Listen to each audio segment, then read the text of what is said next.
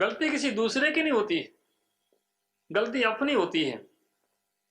स्वयं की गलती जब दिखती है तभी सत्य समझ में आता है, और जब तक दूसरों की गलतियां दिखती हैं तब तक सत्य समझ में नहीं आता है।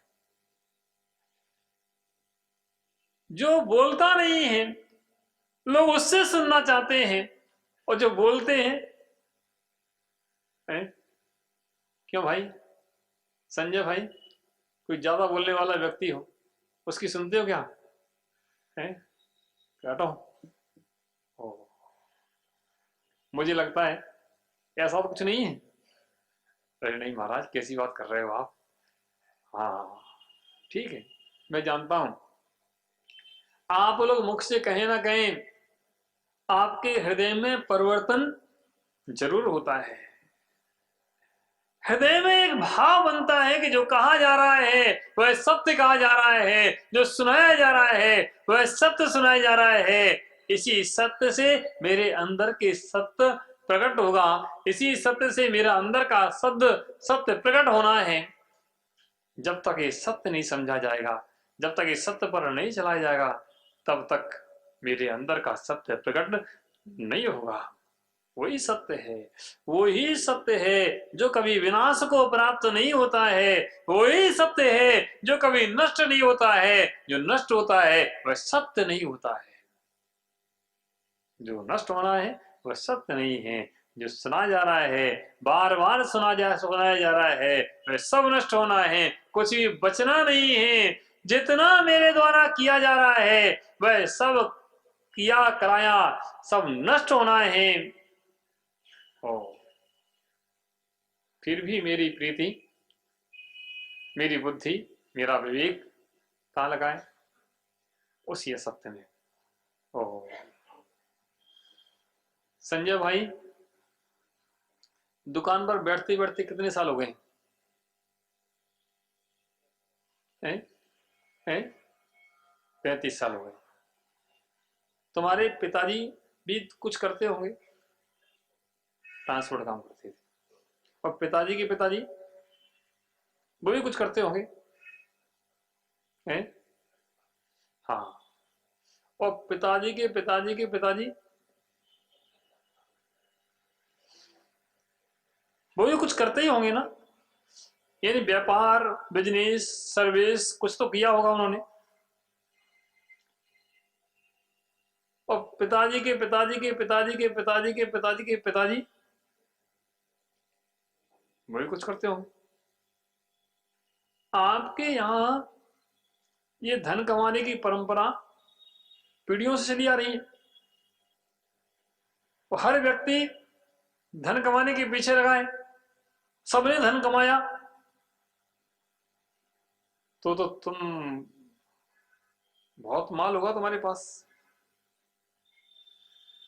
तुम्हारे यहाँ पीढ़ियों से कमाया जा रहा है, पीढ़ियों से कमाया जा रहा है, तो पीढ़ियों से कमाया जा रहा तो बहुत इकट्ठा हो गया होगा भाई।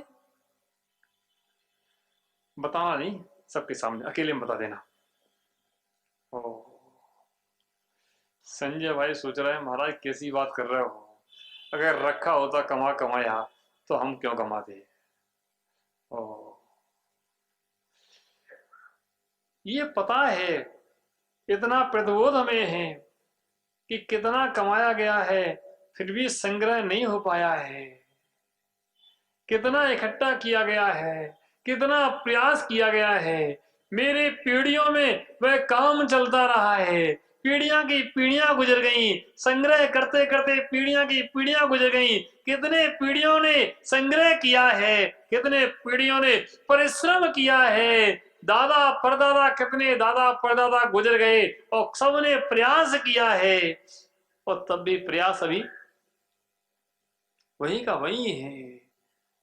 ओ भगवान तुम्हारा भला करे, काश सद्बुद्धि आ जाए, काश समझ में आ जाए कि हम जिस गाड़ी को चला रहे हैं उस गाड़ी में पहिए ही नहीं है, वो गाड़ी कहाँ तक चलने वाली है। जिस गाड़ी में पहिए ही नहीं है वह गाड़ी कहाँ तक चलने वाली है। जिस गाड़ी में पहिए नहीं है हम उस गाड़ी को चलाने का प्रयास कर रहे हैं, वह गाड़ी चलने वाली नहीं है। बस हम तो स्टीयरिंग घुमा रहे हैं और सोच रहे हैं हाँ गाड़ी चल रही है, बस ये मेरा भ्रम है, ये मेरा भ्रम है। हम स्टीयरिंग घुमा रहे हैं और कह रहे हैं गाड़ी चल रही है, बस ये भ्रम मिट जाए, काश तुम्हारी दृष्टि खुल जाए, तुम्हारे नेत्र खुल जाए, तुम्हें समझ में आ जाए कि स्टीयरिंग मात्र घूम रही है, नीचे पहिए तो चल ही नहीं रहे हैं। ओह प्यारे बंधुओं, समझना सत्य थोड़ा कड़वा होता है, लेकिन सत्य का ज्ञान एक बार हो जाता है, सत्य एक बार समझ में आ जाता है, सत्य मेरे अंदर में समाहित हो जाता है, तो फिर जीवन का आनंद कई गुना बढ़ जाता है। जब तक सत्य समझ में नहीं आया है तब तक ही हम सिर पटक रहे हैं, तब तक ही संसार के चीजों में, संसार के वस्तुओं में राग करके हम उनके पीछे दौड़ रहे हैं। सत्य क्या है? बस बस दो ही शब्द समझना है। सत्य क्या है? जो मेरे द्वारा आज तक किया गया है उसका फल जो प्राप्त अगर शाश्वत हुआ है तो सत्य है, वो जो फल प्राप्त हुआ है वो नष्ट हो गया है, वह सत्य नहीं।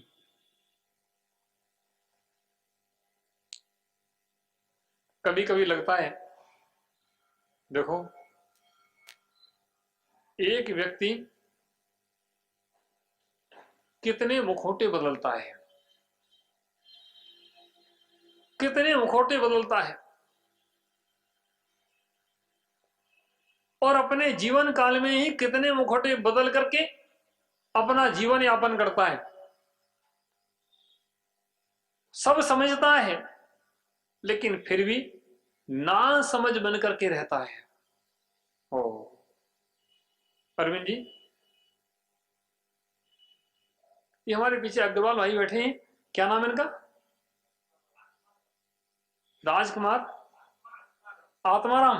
ओ तुम्हारा नाम बहुत अच्छा है भाई, भगवान तुम्हें आत्माराम बना दे, तुम बन तो जाओ, है ना। आत्माराम भाई कितने साल के हो गए? 61 साल के। ओ शायद सुभाष भाई भी 61 62 63 के हो गए होंगे। और हमारे क्या नाम है संजय भाई भी 50 51 के हो गए होंगे। हो गए ना? हो गए? कल हो गया 50? कल होगा? कल तुम्हारा हैप्पी बर्थडे है क्या? हाँ ठीक है, ठीक है।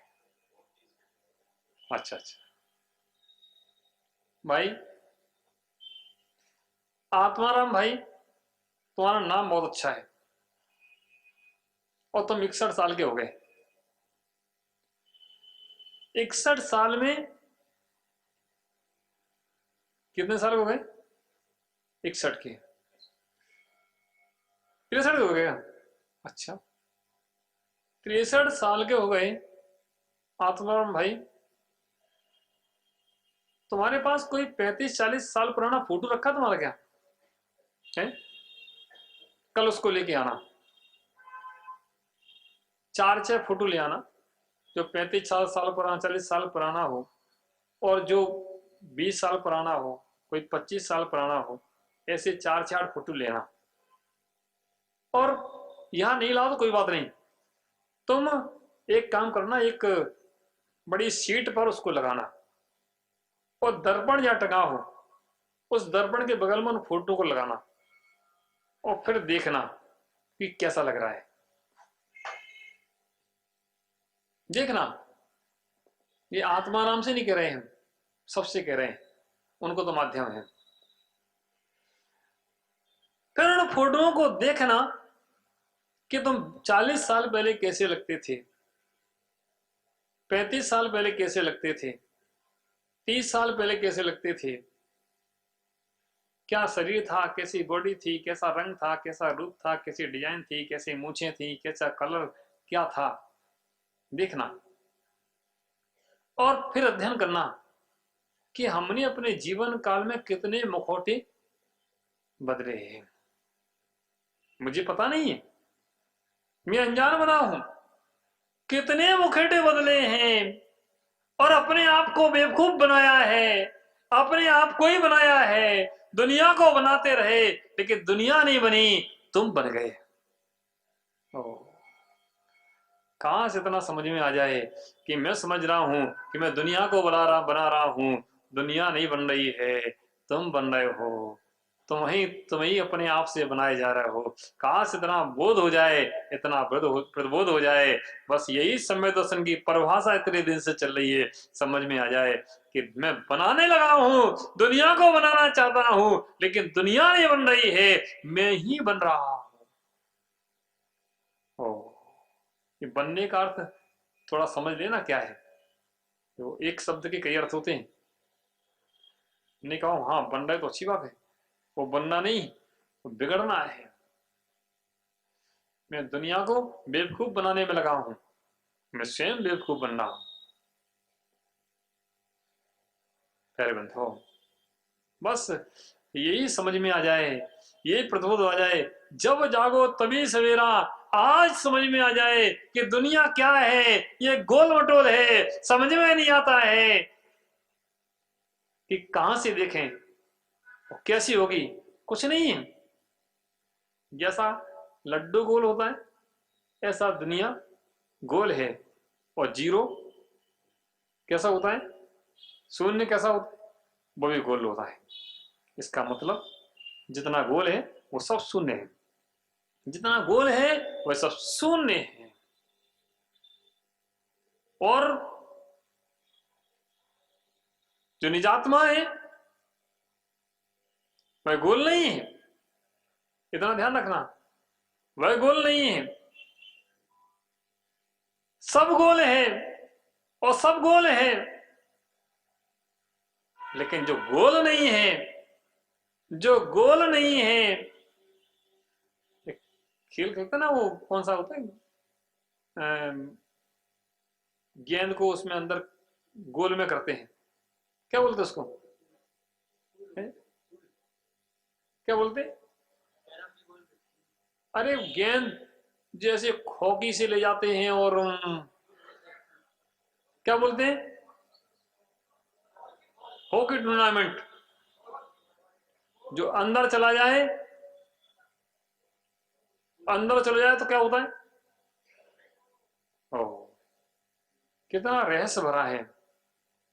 बाहर रहता है तो ठोकरें खाता रहता है,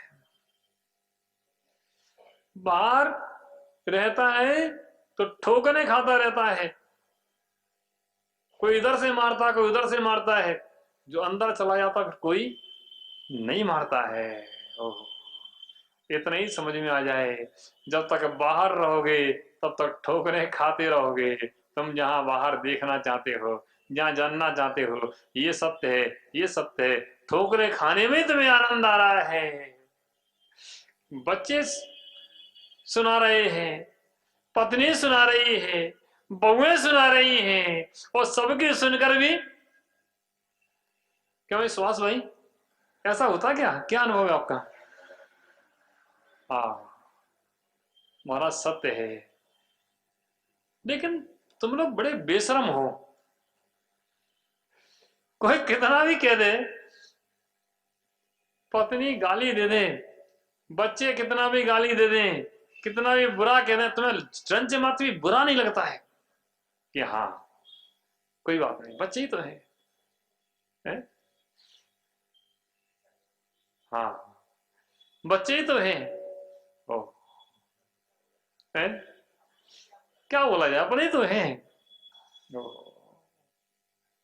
प्यारे बंधुओं, समझना, इस मार्ग पर बढ़ने के लिए जिनेन्द्र भगवान के इस शासन में इतना सिद्धांत करना पड़ेगा कि हम जो कर रहे हैं वह ठीक नहीं है, हम जो कर रहे हैं वह शाश्वत रहने वाला नहीं है, हम जो बोल रहे हैं वह शाश्वत रहने वाला नहीं है। शाश्वत रहने वाला जो है वह मेरी दृष्टि अभी उस पर नहीं है। उस निजात्मा पर मेरी दृष्टि चली जाए, उस निजात्मा को हम देखने लगे, उस निजात्मा को जानने लगे, वो ज्ञान दर्शन स्वरूप आत्मा है। उस ज्ञान दर्शन स्वरूप आत्मा को हम एक बार जान लें, समझ लें, उसमें तल्लीन हो जाएं, फिर संसार के किसी कार्य को करने की मेरी भावना नहीं होगी। संसार के इतने विषय जो चल रहे हैं उनके प्रति मेरी रुचि नहीं होगी। जब तक जाना नहीं है तब तक ही रुचि है। आचार्य कुंद स्वामी 36वीं गाथा में यहां कह रहे हैं कि हे जीव, दर्शन को समझा, ज्ञान को समझा, चारित्र को समझा। दर्शन के साथ में ज्ञान है, ज्ञान के साथ में चारित्र कार्यकारी है, और फिर तब जब ये चारों तुम्हारे जीवन में आ जाते हैं, जब चारों तुम्हारे जीवन में आते हैं, तो निश्चित रूप से परम धाम तुम्हें प्राप्त होता है। गाथा पढ़ लेंगे अपन। वारस विहित वजुत्ता, वारस विहित वजुत्ता, कम्मम खवयूण विवसीर्ण रसम, लुसट्ठम चत देहा रिम्बाण मणुत्तरम पत्ता। 12 से युतम जुत्ता, 12 प्रकार के तपों में जो जुत्त है। कम खवियूण विहस्य विषण सरसम, वह कर्मों के फल को नष्ट करता है। 12 के 12 प्रकार के तप से जो युक्त है, और चारित्र के बल से कर्मों को नष्ट करने वाला मुनि निश्चित रूप से शरीर से मोह को त्याग करते हुए वह निर्वाण की प्राप्ति करता है। आप लोग भी सम्यक दर्शन को समझें और 12 प्रकार के तपों को अंगीकार करें, स्वीकार करें। निश्चित रूप से आप सबों का कल्याण होगा, जीवन मंगलमय होगा। इन्हीं भावनाओं के साथ जौली आचार्य गुरुक्षाट सन्मति सागर जी महाराज की द्वादशांग जिनवाणी माता की। बोले परम पूज्य